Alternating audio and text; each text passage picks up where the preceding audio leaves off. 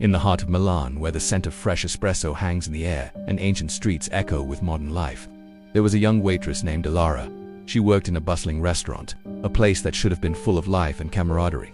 For Alara, however, it was a stage for a silent, daily struggle. She moved with a quiet grace, her steps light and her service gentle. But this grace was met with the cold shoulders and sharp whispers of her colleagues.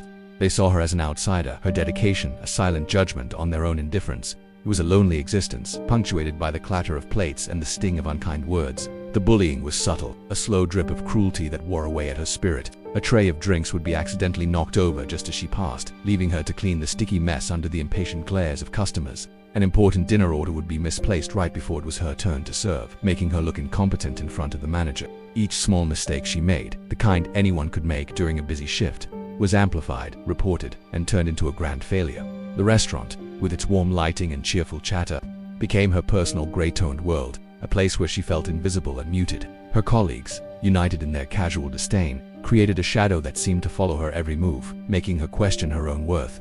But Alara had a secret world, a sanctuary she escaped to during her short breaks. In the quiet alley behind the restaurant, away from the noise and the judgment, the city's symphony became a distant, comforting hum. There, under the soft, solitary glow of a street lamp, she would open a small, worn sketchbook. This was where the real Alara lived. With a pencil in hand, she would bring to life vibrant landscapes and fantastical creatures, worlds painted with the brilliant colors of her imagination. Each line she drew was a small act of defiance. Each stroke of shading was a promise to herself that this difficult chapter was not her whole story.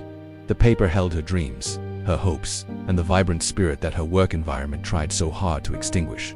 Her art was her voice in a world that seemed determined to silence her. One afternoon, during a particularly difficult shift, something changed. An elderly woman, a regular customer with kind, observant eyes, had been watching Alara for weeks. She had seen the subtle sabotage, the forced smiles, and the quiet dignity with which Alara endured it all. As the woman prepared to leave, she caught Alara's eye and gave her a warm, understanding smile. After she was gone, Alara went to clear the table and found a small, neatly folded napkin. She picked it up, expecting it to be just another piece of trash. But inside, written in elegant, looping script, were 8 simple words. The note read, "Your light shines brighter than their shadows." Those words were like a key, unlocking a part of Alara's heart that had started to grow cold. She clutched the napkin, the thin paper feeling as weighty and precious as gold. It was a simple acknowledgement, a validation from a stranger that she wasn't invisible after all. Someone saw her. Someone saw her light. That night, back in her sanctuary alley, her sketches felt different. They were bolder, more confident. The note had rekindled the flame of hope that had been flickering within her. She knew the bullying might not stop tomorrow, but it no longer had the same power.